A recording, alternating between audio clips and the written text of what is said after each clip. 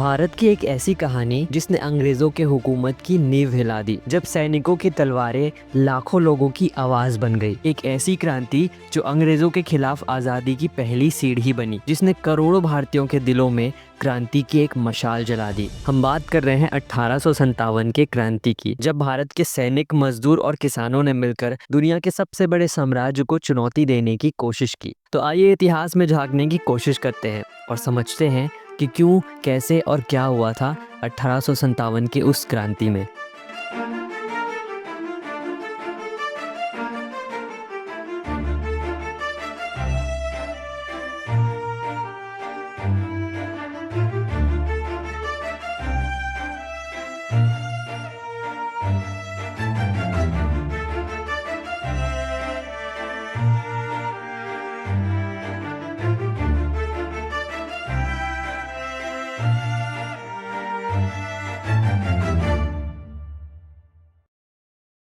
Seventeen century में ये पहली बार था जब ईस्ट इंडिया कंपनी ने व्यापार के बहाने भारत में कदम रखा। धीरे धीरे इन अंग्रेजों ने लोगों के बीच में फूट डालना शुरू किया, राजाओं और नवाबों से उनकी रियासतें छीननी शुरू की और आखिरकार 1757 में प्लासी का युद्ध हुआ, जिसमें एक तरफ थे रॉबर्ट क्लाइव और उनकी ब्रिटिश सेना, वहीं दूसरी तरफ थे नवाब सिराजुद्दौला। लेकिन आखिर में इस युद्ध में अंग्रेजों की जीत हुई और इसी जीत के साथ अंग्रेजों ने भारत पर पूरी तरीके से कंट्रोल जमा लिया। प्लासी जीतने के बाद अंग्रेजों ने सिर्फ हमारी जमीनों पर कब्जा नहीं किया, बल्कि हमारी धर्म, संस्कृति और अधिकारों को भी कुचलना शुरू कर दिया। रैयतवाड़ी व्यवस्था किसानों पर थोप दी गई, जिससे किसानों को सीधा अंग्रेजों को टैक्स देना पड़ता था। फसल नष्ट हो जाने पर भी टैक्स माफ नहीं किया जाता था, जिससे भारत के किसान एक लंबे गरीबी के दलदल में डूब गए। जो जमींदार अपने क्षेत्र में टैक्स वसूल नहीं कर पाते थे, उनसे जबरदस्ती उनकी जमीनें छीन ली जाती थी। ब्रिटिश ने अपने अंग्रेजी सामान भारत के बाजारों में बेचना शुरू किया, जिसका सीधा असर भारत के छोटे उद्योगों पर पड़ा। कारीगर, कुम्हार और शिल्पकार पूरी तरह से बेरोजगार हो गए, जिससे स्थानीय व्यापार नष्ट हो गया। भारत के सिपाहियों को अंग्रेजी सिपाहियों के मुकाबले काफ़ी कम वेतन दिया जाता था और उनकी मर्जी के बिना उन्हें दूसरे देशों में युद्ध के लिए भेजा जाता था। आदिवासियों से उनके जंगल और ज़मीन छीन लिए गए, जिससे पूरा आदिवासी समुदाय बंधुआ मजदूरी करने पर मजबूर हो गया। बड़े स्तर पे लोगों का धर्म परिवर्तन कराया गया, चर्च और कॉन्वेंट स्कूल बनाए गए, लोगों से उनकी संस्कृति छीनने की पूरी कोशिश की गई। लॉर्ड डलहौजी ने डॉक्ट्रिन ऑफ लैप्स की नीति लागू की, जिसके तहत वो राजा जिनकी कोई संतानें नहीं हैं, उनके राज्य ब्रिटिश अपने अंदर हथिया लेगा। झांसी, सतारा और नागपुर जैसी समृद्ध रियासतें इसी नीति के तहत हड़प ली गई। न जाने कितने राजाओं की रियासतें उनसे छीन ली गई। धीरे धीरे भारत का हर एक राजा, जमींदार, किसान, मजदूर, हर कोई अंग्रेजों से नफरत करने लगा। युद्ध के लिए रणभूमि तैयार हो चुकी थी, बस इंतजार था एक चिंगारी का, और उस चिंगारी का नाम था मंगल पांडे।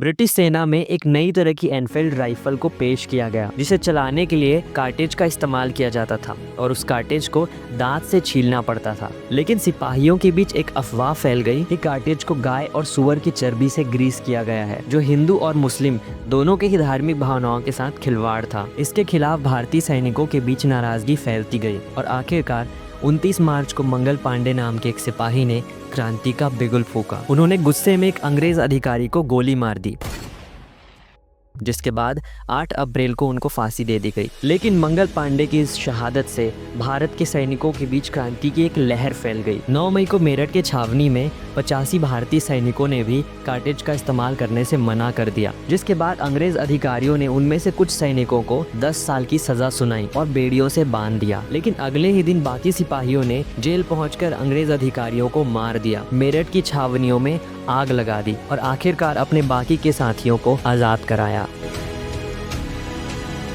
देखते ही देखते ये आग पूरे नॉर्थ इंडिया में फैल गई और भारत के सैनिकों ने अंग्रेजों की सत्ता को उखाड़ना शुरू किया। लेकिन अगर इस आंदोलन को बड़ा बनाना था तो जरूरत थी एक बड़े लीडर की, जिसके लिए भारत के सिपाहियों ने दिल्ली की ओर मार्च करना शुरू किया, क्योंकि दिल्ली के लाल किले से अपना शासन संभाल रहे थे आखिरी मुगल बादशाह बहादुर शाह जफर। सैनिकों ने दिल्ली को इस पूरे क्रांति का केंद्र बनाया, अंग्रेज अधिकारियों को मार के लाल किले पर कब्जा जमाया और आखिरकार बहादुर शाह जफर को अपना नेता घोषित किया। कानपुर में नाना साहेब ने इस क्रांति का नेतृत्व किया और तात्या टोपे ने इस युद्ध में अपनी वीरता दिखाई। आखिरकार छावनियों पर कब्जा जमाकर नाना साहेब ने खुद को पेशवा घोषित किया। लखनऊ में बेगम हजरत महल ने अपने बेटे को अवध की गद्दी पर बिठा के अंग्रेजों से सीधा युद्ध किया। बरेली में खान बहादुर खान ने आम जनता के साथ मिलकर इस क्रांति को आगे बढ़ाया। बिहार में कुंवर सिंह ने गुरिल्ला वॉरफेयर की रणनीति से अंग्रेजों को धूल चटा दी। फैजाबाद में मौलवी अहमदुल्ला शाह ने इस क्रांति को आगे बढ़ाया और आखिरकार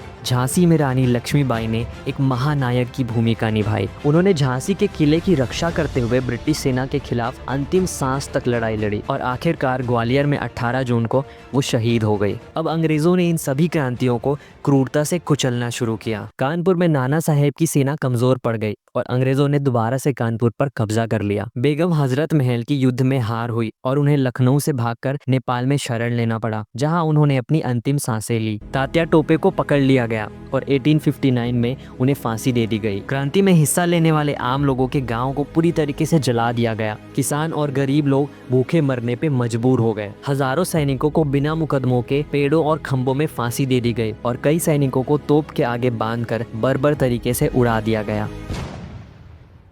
आखिरकार दिल्ली, जो इस पूरे क्रांति का केंद्र था, उस पर अंग्रेजों ने वापस से कब्जा जमा लिया। बहादुर शाह जफर को रंगून की जेल में भेज दिया गया, जहां 1862 में उनकी मृत्यु हो गई। तो आखिर कुछ इस तरह 1857 की क्रांति खत्म हुई, लेकिन इस क्रांति ने लाखों करोड़ों भारतीयों के दिलों में आज़ादी के एक ऐसी मशाल को जला दिया जो आने वाली पीढ़ियों को क्रांतिकारी बनने की प्रेरणा देगा।